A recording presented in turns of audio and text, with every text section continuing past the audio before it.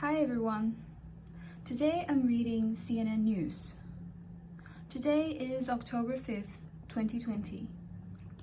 China's treatment of Uyghur Muslims sparks anger near new embassy site in London.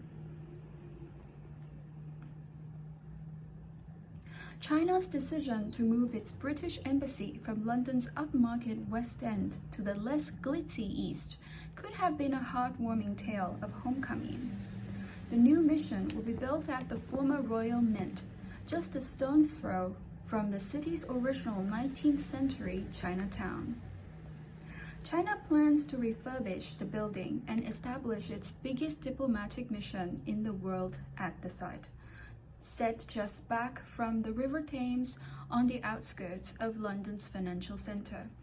It could be years until the embassy actually moves, but it's already facing opposition from some local councillors and residents. Just behind the former Royal Mint are the residential streets of Tower Hamlets, where 4 in 10 residents are Muslim, the highest proportion than in any other borough in the United Kingdom. Some there say the embassy isn't welcome until Beijing stops its alleged mistreatment of Muslims in China. China is believed to have detained up to 2 million Uyghurs and other Muslim minorities in internment camps in the far western region of Xinjiang, according to the US State Department. Beijing says it's providing vocational training and helping to de-radicalize segments of the population to combat alleged Islamic terrorism and violence in the region. But accounts of abuse at the camps, including forced labor, forced sterilizations of women, and sexual assault, are growing. I'm very perplexed as to why the People's Republic of China would want to be on the edges of a neighborhood that is so multi-ethnic, multi-religious. The Muslim community has a large base here, said Mo Rakib, a Muslim resident who is active in community affairs. The Muslim community is very linked with each other, regardless of what part of the world we're from. There's always a feeling of affinity from the community to the other based on shared values and shared faith. And that's no different for the Uyghur community. Some local opposition councillors say that they too are concerned about the implications of embassy's move and want the issue debated at council meetings. But they don't outright oppose the mission coming into their neighborhood. What's playing out at this borough and its council isn't so different from what's happening in the UK's national government, as well as those of many other democracies, for that matter, striking the right balance between reaping the economic benefits of working with China and criticizing it for rights abuses is difficult. Tower Hamlets is one of the most deprived boroughs in London. Its mayor, John Biggs, has welcomed the Chinese mission as a vote of confidence in the borough as an open and dynamic place to live and work, according to local reports. Ravina Khan was one of several local councillors who, at a council meeting Wednesday, tried to introduce an emergency motion, usually reserved for urgent matters, on China. It was rejected due to time constraints. The mayor's office told CNN, adding it would discuss the issue at the next meeting in November. The motion calls on the council to send a letter to Chinese Ambassador Liu Xiaoming, expressing its concerns over the country's treatment of Uyghurs and other Muslims, as well as its clampdown on pro-democracy protesters in Hong Kong. What we want is to send a message to China that if they move here, they need to be aware that our borough, in all of its diversity, is a place where we're very proud to stand up for human rights, Khan said. Big said in a statement to CNN that Tower Hamlets was open and tolerant, but also wants to be good partners and support good relationships.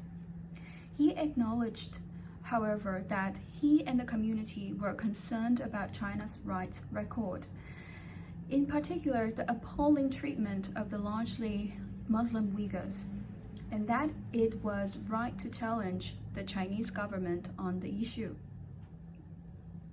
Any problems with the embassy plans could prove troublesome for China's international image.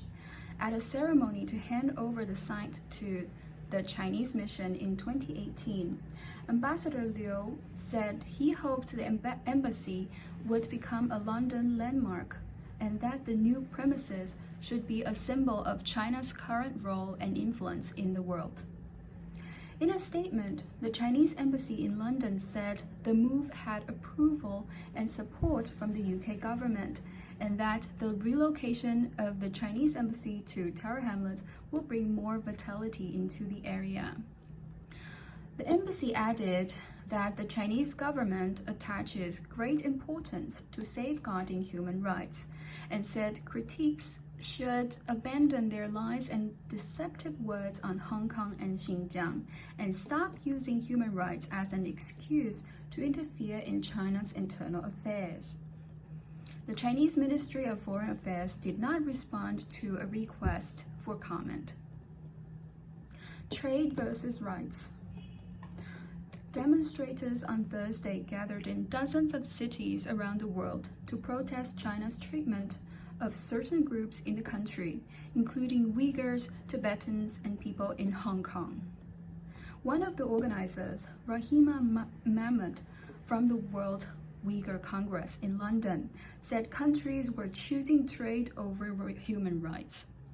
It's very obvious that trade relationships are being prioritized, not just in the UK. We see this in African countries and China's neighboring countries that are already trapped in debt into China, and Turkey too. Turkey was the country that we Uyghurs always felt we could rely on or seek refuge in, said Mahmoud, an Uyghur who left Xinjiang in 1997. Turkey is increasingly relying on China to dig itself out of debt. It was previously one of the few Muslim-majority countries to have criticized China's action in Xinjiang early last year, denouncing the camps as a great shame for humanity. It has since softened its tone towards Beijing, and President Recep Erdogan's AK party voted against launching a probe into the alleged abuse against Muslims in China. The UK took some action against China following its implementation of the national security law for Hong Kong, which has stifled a pro-democracy movement in the former British colony. Westminster opened a pathway for citizenship for Hong Kong residents with the right to a British national overseas passport, which includes potentially 3 million Hong Kongers. The UK has also condemned China several times over the camps in Xinjiang, including the recent UN Rights Council meeting, where the Foreign Office's junior minister, Tariq Ahmad, called on Beijing to allow an UN team unfettered access to Xinjiang to investigate allegations of abuse there. But activists like Mahmoud say they want to see the UK go further and impose sanctions on the people and organizations running the camps in Xinjiang. In a recent letter to a British MP, Foreign Secretary Dominic Raab said the government was carefully considering new designations on its sanctions list in regard to China over the national security law and postponement of elections in Hong Kong. The Liberal Democrats, one of several opposition parties, is calling for more sanctions in relation to the treatment of Uyghurs as well. As is the case with many of China's trade partners, there is reluctance in the UK to confront Beijing over rights. China is the UK's sixth biggest export market. That's a rapid rise from 26th place in 1999. China has shown that it's not afraid to wield retaliatory economic tools in response to political pressure, as it did in the case of Australia, imposing tariffs of 80% on barley imports soon after Prime Minister Scott Morrison led calls for an inquiry into the origins of COVID-19, which was first reported in central China late last year. Beijing said that the tariffs were in response to Australia selling the grain too cheaply. The strongest response against China this year has come from the US, which has issued sanctions over Beijing's treatment of Muslims in Xinjiang, while its House of Representatives last week passed a forced labor bill that would effectively ban imports from the region if it becomes law. There are calls by opposition parties in the UK to do the same, but Steve Tang, director of the School of Oriental and African Studies, China Institute in London, said the US may struggle to get its usual allies to follow its lead. What would be useful is if countries, not just in Europe, but if all countries that care about human rights and ethical trading insist they will stop working with companies operating in Xinjiang unless they can independently verify the supply chain conditions, he said. But the Trump administration has discredited itself in terms of moral leadership. I mean, who believes Donald Trump when he says he defends human rights? While Tang does see the public growing more interested in the Uyghur issue, he says more evidence needs to come out about the alleged abuse in Xinjiang to really galvanize a public response that will force governments to confront China more aggressively. In Tower Hamlets, counselors are mulling how to welcome the opportunities the new embassy will bring to their neighborhood, while sending a clear message to Beijing that it does not approve of rights abuses. One of them, Andrew Wood, suggested a symbolic gesture to show support for people who have challenged Beijing, such as the student protesters of Tiananmen Square in 1989, or the people of Taiwan seeking formal independence from China. There is a little lane near the embassy site that doesn't have a name.